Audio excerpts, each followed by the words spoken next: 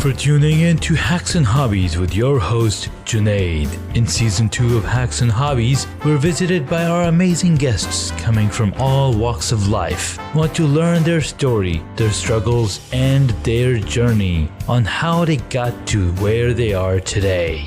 So stick around. Today, we have Ariel Margolis. He's the CEO and founder of E-Learning Solved. I met him through several other connections, got to work together in creating a e-learning platform for one of our mutual friends. And today I have the opportunity to speak with him and learn his story.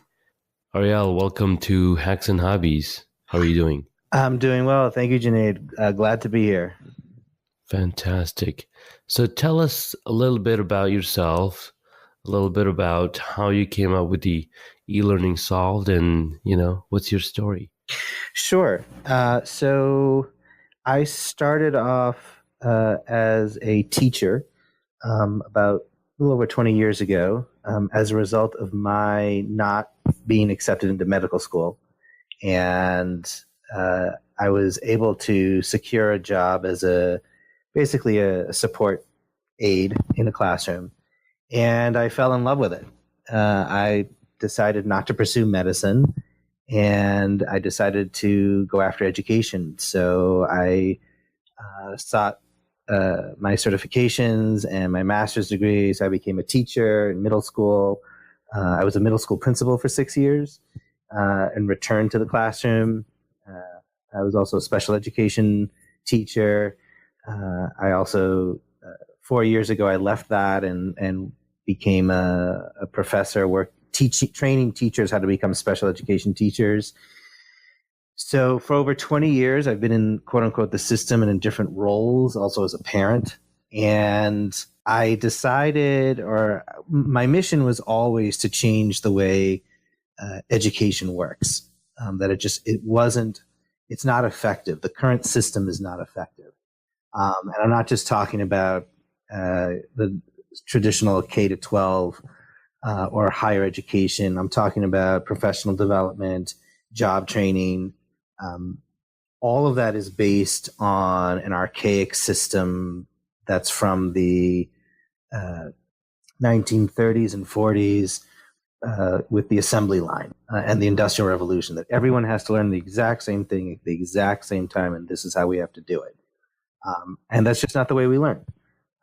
So I got frustrated, and I thought that having these different hats would allow me to make an impact, and it did, but not to the same degree that I can change the entire mechanism or the entire machine, if you will.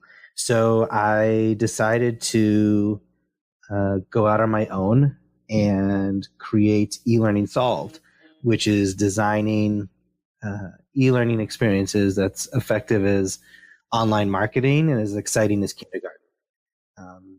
And hopefully we'll be able to make, substantial change in the world in how education is done. Absolutely. No, that's amazing because, and I've seen the same story over and over.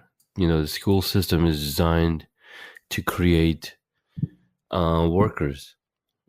They train you from the get-go that you got to stay in this one place for 8 hours.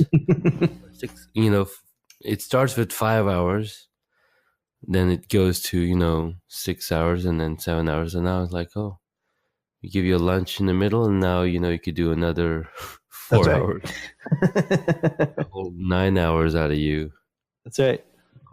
Spending in the same place, staring at the screen. I mean, nothing wrong with staring at screens. We do that regardless of if we're working or not. True, very true, and it's all how we use it. What tools are learning, and I'm not saying that everything in school systems are broken, but and when you talk to individual teachers and principals, deep down, most of them don't want to teach or run the schools the way that they're doing it, but they feel they have no choice. There's like this overarching foreman, if you will, that's watching over the factory, making sure that, well, we have to do it this way because this is how we've always done it. And if we don't do it this way, then kids won't be prepared. But we know that's not true. And in fact, the millennial generation has demonstrated that. They're saying we're not doing it this way. We don't need to do it this way. And they're being very successful. Oh yeah, absolutely. So, it's a game changer. And I think that's the generation that's going to really have an impact on how education's going to basically embrace what they are so passionate, what they believe in, which is you should be able to study what you are interested in, what drives you, and choose your own path. And yes, you still need to learn how to learn. You need to learn how to learn, so that way you can acquire the information and skill sets that you need.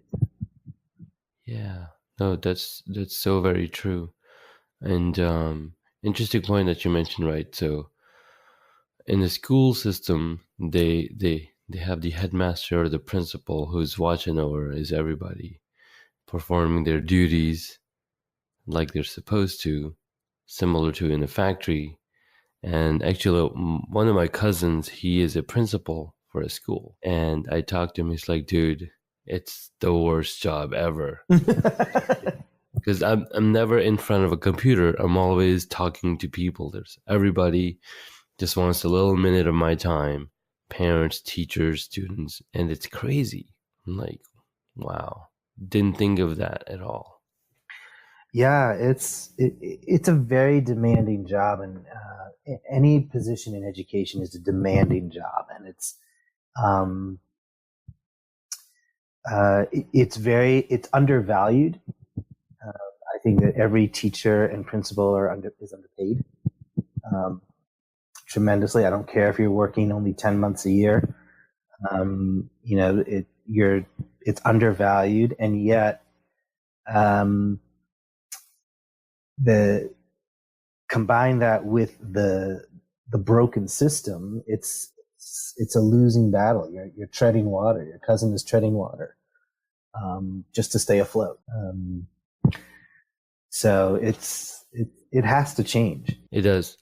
And looks like that your e-learning platform has created a way that is where the future lies. I mean, if I look at the future or look at the past, Khan Academy, and you probably know of this, right? He just recorded a video because he wanted to help his cousin or help his nephew with some math problem. And he's like, oh, I don't have the time to actually do it live. Why don't I just record a YouTube video and he can just go watch it? And one time he was like, oh, I have the time today. I'm going to teach him. And the kid was like, no, make the video. I'd rather do with the video, pausing and then going back than asking you questions in live, because your time is limited and I'm used to this new way of learning from you. Yes. So, right? Yes, and I think that was revolutionary in Salman Khan's was revolutionary in that we have the technology to teach students that are either need a specific subject or skill set taught, or something that they're interested in, and can access it anywhere, right? Versus having to be in the classroom. So that was revolutionary. That was the spark of, oh, we don't have to do it the way we've been doing it. So that was a huge advancement in education. I think we still have ways to go, because what's happening now is that teachers are now using it in the classroom versus assigning it outside the classroom. So watch this video and then go home and do your homework for 20 minutes versus watch the video at home, come into class, let's review, let's discuss, and then let's apply it, right? Let's figure out what we can do with it. Yeah, that way you're actually engaging the mind of the youngins. Yes. And they're individually they're learning, but then in a group setting they're discussing and having debate and having conversation around those things. That's a really nice idea. Exactly. And you can do that outside of school as well. You could have, with technology today, you could have the kids all go on at 5:00 or whatever with the teacher for 45 minutes and watch the news, or if there's an event that's happening that's related to what they're studying. If there's a volcanic eruption or whatever that's occurring and there's going to be a report in the afternoon, let's all go on and look and watch, right? And teachers are afraid to say, this is what we're going to do. And they use the excuse, well, not everyone's going to do it. Kids are not going to get on and then they're going to get lost. Mm-hmm. And I think that, number one, if it's set at the beginning, if the priorities are clear that, this is going to be some of the expectations, parents will get on board with it. Absolutely. And you'll always have kids that won't do it. Mm-hmm. And it's always going to be a situation. Right? You're always going to have kids that just, for whatever the reason is, and it's a variety of reasons, they're not going to do it. So that should not prevent you from experimenting with it, or having it be able to see what they can actually learn. That every single moment in life is a learning opportunity. It's really what it is. And doing worksheets or taking tests and memorizing facts are just not what's necessary anymore.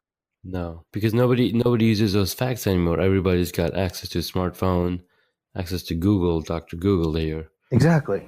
So you could look it up. You can look it up, right? And it's that skill of looking things up, right? That's something that teachers, for the most part, are not teaching, because they don't necessarily have the dictionaries in the classroom anymore. No. So you can't look it up, right? And they're giving the information because either they don't allow the technology in the classroom, or there's not enough technology to go around. Yeah. And so you're not teaching the skill set of Google it.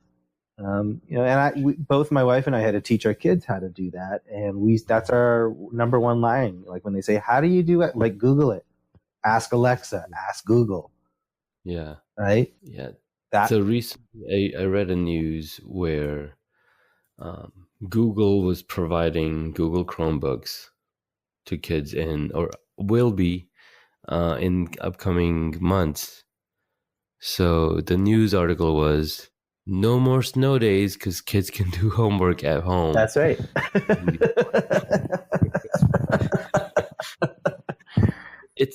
It's a curse, but it's also a gift, right? Absolutely. You could stay home and do your homework. And if you do your homework fast enough, you could spend additional time doing fun stuff that you want to do. Exactly. Right? There's no, the amount of work that's being assigned in those situations, maybe an hour and a half. It shouldn't be more than that, frankly. They should not be sitting in front of a computer on a snow day for 8 hours. No. But if they're doing an hour and a half worth of quality work, then they can enjoy the rest of the day, which also says, my son had that. He goes to a vocational school where they tested out the system. They had a pretend snow day, and he had to log on by 8:00 in the morning, and he had to finish the work by noon, and he was done by 11. Yeah. And I said to him, you got basically 6 hours of school done in 2 hours. Yes. No distraction. Totally focused, bite-sized information. You learn something. And it's 2 hours. I said, now you got the rest of the day. Go explore. Go do stuff. Yeah. So, but that also tells you something about the efficiency of the school system. That Yes. if you can get all the work done in 2 hours at home, but Mm-hmm. it takes 8 hours or 7 hours of school during the day, and I know there's also socializing and hanging out, and I'm Oh not yeah. discrediting that. I think that's important. No, absolutely. But the quality, right? How the efficiency of the time is not being utilized well. Yes. Spend 20 minutes on learning a concept and then go apply it. Go outside. Go on a virtual tour of the Smithsonian's. Go explore Egypt if you're studying ancient civilizations. You can do that now. We couldn't before. You and I grew up with textbooks. Yes. Right? And if we were Yeah. lucky, they were color pictures. Yes. Right? Yes. Yeah. Right? And yeah, absolutely. And now they even have virtual reality. Yes. Which is even like you want to go to Mars? Here you go. There's an app. There's an application. You can go visit the Mars site where rover is roving around. Exactly. You can visit with Buzz Aldrin where they landed on the moon. Yep. Absolutely. And talking. It's all possible now. It's all possible. And you can talk to the experts. You can reach out to the scientists at NASA and and ask questions about the Mars rover, or you can find experts and be able to talk to them about space exploration, or the latest discoveries in Egypt or Greece, or the political issues that are going on right now in England. You can ask people. You can hear from experts. Again, that's something that we couldn't do because technology didn't allow it. It wasn't available. Exactly. I'm 44 years old. I don't know how old you are, but I'm 44. So I'm about the same, 42. 42. Okay, so if you ever had a call overseas, I remember this growing up as a kid in Boston. We had a family in Israel, and you had to reserve like 2 weeks in advance with the phone company the day and time you were going to call. Wow, they're going to fly somebody out there. Right? Because the cables had limited bandwidth. Yeah. Right? So you had to wait and set the time to call. And now you can go on WhatsApp, Skype, whatever for free anytime. Anytime. Right? So it's amazing. As a listener to this podcast, I appreciate you guys. And I've talked so many times about the platform that I use, and that's Anchor. Anchor makes it so much easier for me to publish my podcast to several different platforms, such as Apple Podcasts, Google Podcasts, Spotify, and so many more. Anchor is a one-stop shop for recording, hosting, and distributing your podcast. Best of all, it's 100% free and ridiculously easy to use. And now, Anchor can match you with great sponsors too, so you can get paid to podcast. I absolutely love Anchor, and I use it to record my podcast, Hacks and Hobbies, that you're listening to right now. I love the ease of use of the Anchor app and the way that I can publish the podcast. So if you've always wanted to start a podcast, make money doing it, go to anchor.fm/start to join me and the diverse community of podcasters already using Anchor. That's anchor.fm/start. I can't wait to hear your podcast. It's amazing. And that's where the frustration comes into play. It's like, you got all this knowledge available at your fingertips and ability to learn. Yes. So go do it. Like, put that textbook down. Yeah. Just put it down and focus on who's in front of you and what they're interested in, and they'll get the skill sets. That's your job as a teacher, to teach them the skill sets. But it doesn't have to be through the textbook. No. Well, we'll certainly try to solve that problem. I sure hope so. In our lifetime. Because I see so many systems. I mean, with the beginning, Khan Academy, then you had lynda.com. Yep. I learned so much tech stuff and learning how to use software, learning how to shoot my camera, all through lynda.com. Mm-hmm. And LinkedIn made a really nice move of purchasing lynda.com, because now all of that stuff is accessible for anybody on LinkedIn. The other thing, there's Udemy. Udemy has Yes. risen to popularity in the past few years. I learned about another platform called Teachable.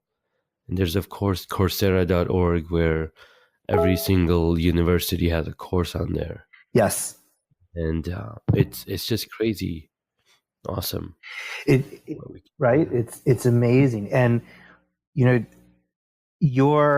the video, the 30-day video challenge that you took with Rob Howes, and you were showing us all these different features on video capturing with your phone, right? Yeah. And that was, you took that from your own experience, you took that from what you learned in Lynda and all these other courses, and you shared it, right? So you became the expert, you became the educator, exactly, and taught people that were, again, interested in learning how to do it, right? No one is forced to do it.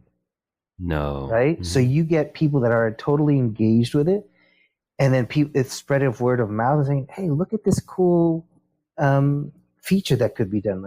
So you did the coming from the future looking like a hologram, and then I think Rob did it 3 days ago. He recently got the iPhone XR 10R, and so you need to have the iPhone 10, 10R, 10S to be able to do that with your phone. So it's a Apple only, it's an Apple device, Apple app. Yeah. That combines this. And I know another way I can play with it. I haven't tried it yet, but I know some other ways to play with that. But that'll be interesting to show and share. I've shot a lot more videos that haven't gone up yet. So, and then that's the other thing that I'm working on. I haven't started, but I'm thinking in my mind what different techniques I can put together in a small course.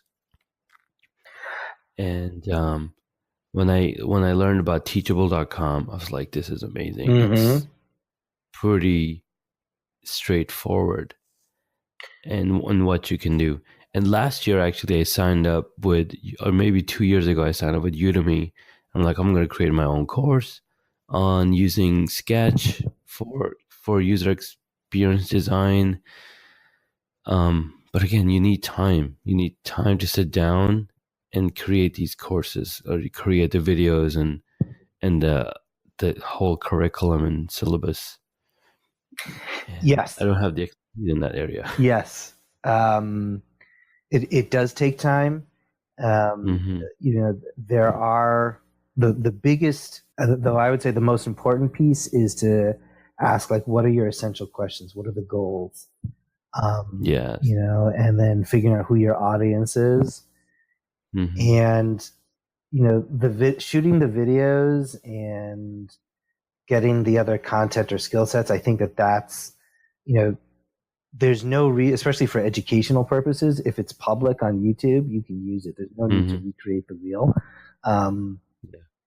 So a combination of ready-made pieces, and then also making sure that the call to actions are engaging isn't the right word. I would say they're relevant. If you're teaching how to do X, then the activities should reflect that. It shouldn't be busy work. It shouldn't be, send me your picture and tweet it out. That's not going to be relevant for people. No. But show me what you can do, and getting feedback from the expert, right? So getting feedback from you is one of the highest values that consumers want. They want to get the feedback because they want to improve. They want to get the accolade because they said, yeah, you got it. Or they want to hear, actually, I think you could, I think it would be better if you did X, Y, or Z. Or have you tried X, Y, and Z? Yeah. And hearing that from an expert, and even though, there are people that would claim to be experts, because they're in your course, you are the expert, you're the facilitator. That's right. So they're getting a unique perspective because it's from you. And that's what makes it unique. That's what makes it different from all the other courses. Yeah. That's so true. You're absolutely right. And I'm signed up on a ton of courses on Udemy, and I watch these instructors and I'm like, all right, this guy knows a thing or two about it because he created the course. He spent the time to talk about this stuff. So he clearly knows what he's talking about. And I think when you do create a course, when I do end up creating a course, people will look at me in the same light. Mhm. Okay, this guy spent the time. He obviously did the research to bring this material together so we can learn. That's right. And it's you're providing value. Yeah. That's really what it is. You're providing the value, and whether you use that course as a channel or a funnel to get clients, or you use it also or separately as to have a side income. Either way, people are going to get value. Right? Yes. That's what it is. That's what am I going to walk away with, and that's really that's all what education is. That's why I think videographers and photographers are excellent educators, because if they can evoke a feeling, then that's teaching. That is right. You evoked a response. That's teaching. If marketers are ideal educators, because in 30 seconds they can evoke a feeling and a call to action. So if they get you to buy that hot dog, or check out your life insurance policy or whatever it is, then they've done their job. Yeah. Right? That's what. Yeah. And there's no reason why education, teachers can't do the same thing. Right? You got to make it relevant, you got to make it of value, and you got to make it interesting. Absolutely. Yeah. No, this is very eye-opening, and I mean, hearing it from another perspective, especially who's an expert and been in the field for over 2 decades. It's what's that word? It's reassuring. Good. Well, it's very glad to hear that. Yeah. I just I think that it's been happening for a long time. I think there's a growing sense that things do need to change. I don't think people know how to do it. I think people are scared to do it. Oh yeah. I think they're terrified. I actually heard an interesting reason as to why we're not changing as quickly as we can is because we need the workers, right? We need people to not ask questions and to press the buttons and to fall in line and to and I think people will do that if that's what they want to do. Yes. There's no if you're interested in serving your community, you can serve your community as a policeman. You can serve your community as a garbage woman. You can serve your community as an arborist. Whatever it is, right? It's all in how you frame it and how you see that. If it wasn't for me, the community would suffer. That's how I see, each individual, right? Yeah. We get the garbage guy that comes out each week. If he didn't come, then our trash would be up or would be all over the street. Oh yeah. Right. So if not for him, our community would be trash. That's right. Right. So we need. I mean, everybody will do what they love to do. That's right. At the end. That's right. and that's, and there's no shame in it. It used to be that was considered, a negative thing to do, right? That, at least when I was growing up, like, and growing up in a Jewish household, like, you had to go to college and you had to go to graduate school. Yeah. And you got to get a good profession, a doctor, a lawyer, an accountant, something, right? Something in business. Yes. Right. And that's, and many people grew up that way. And now looking back, like, I wish I had gone to a vocational school like my son's going to. I wish I was able to explore. I would have done so many different things, and have those options. Yeah. So. Absolutely. So one of the reasons why our parents want us to do those jobs, like be a doctor, be an engineer, be a lawyer, is because they didn't have the opportunity. Correct. So that's one of the reasons. And I think it was Malcolm Gladwell talking about this in his book Outliers, and why there's so many Jewish people in the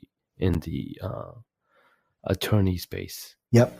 It's because they when they migrated, they were doing different jobs where either they're shoe building or work that required hard labor. Right? So they worked hard so that their kids go to a better school. Right. So now it's coming around where, okay, we've achieved all of those things. Now we need to go into more different areas. And that's where our generation looks into. It's like, okay, we've achieved all of these accolades and things in the past. Can I look to do something that I'm more passionate about? That's right. Yeah. That's right. Absolutely.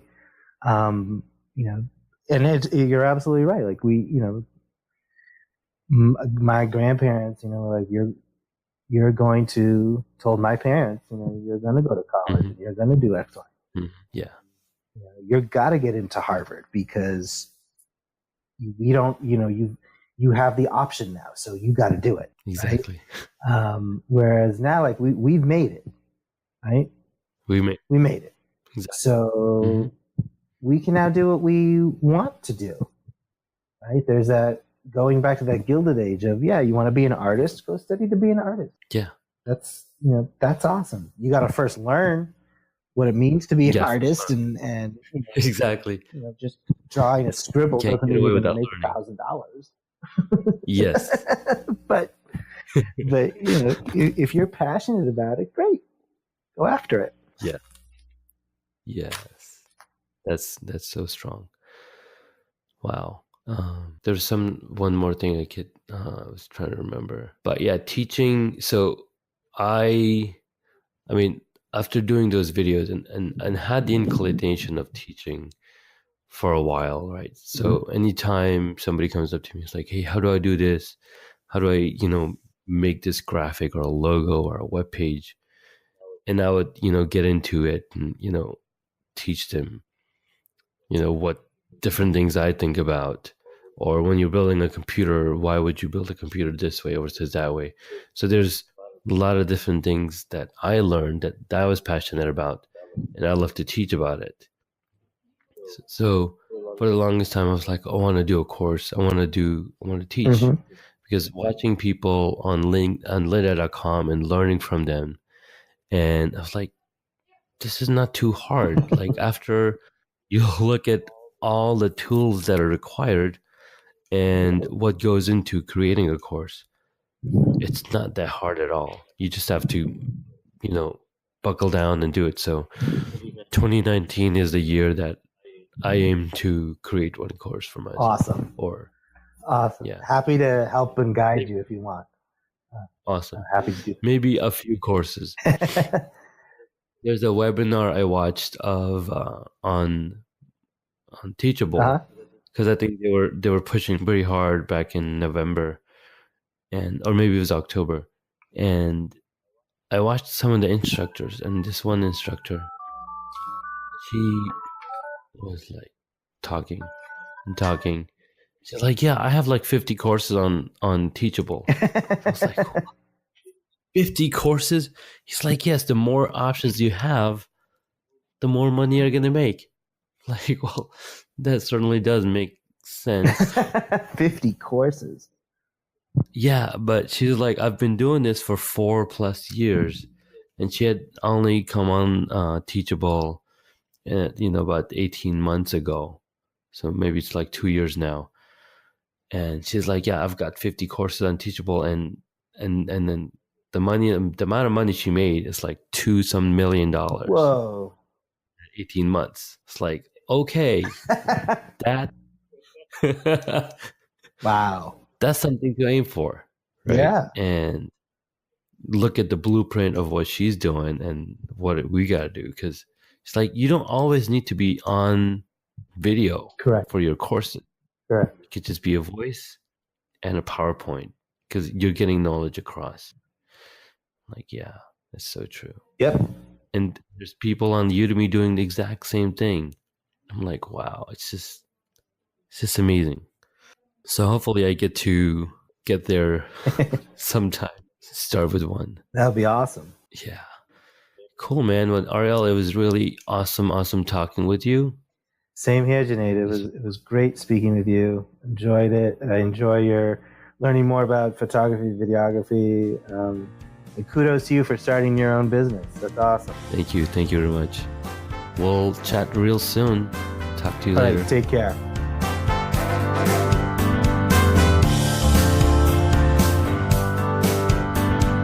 Thank you for listening to Hacks and Hobbies. You can find additional information on the guest today on their website, hacksandhobbies.com. Please feel free to subscribe to the podcast so you don't miss out on upcoming interviews with amazing guests.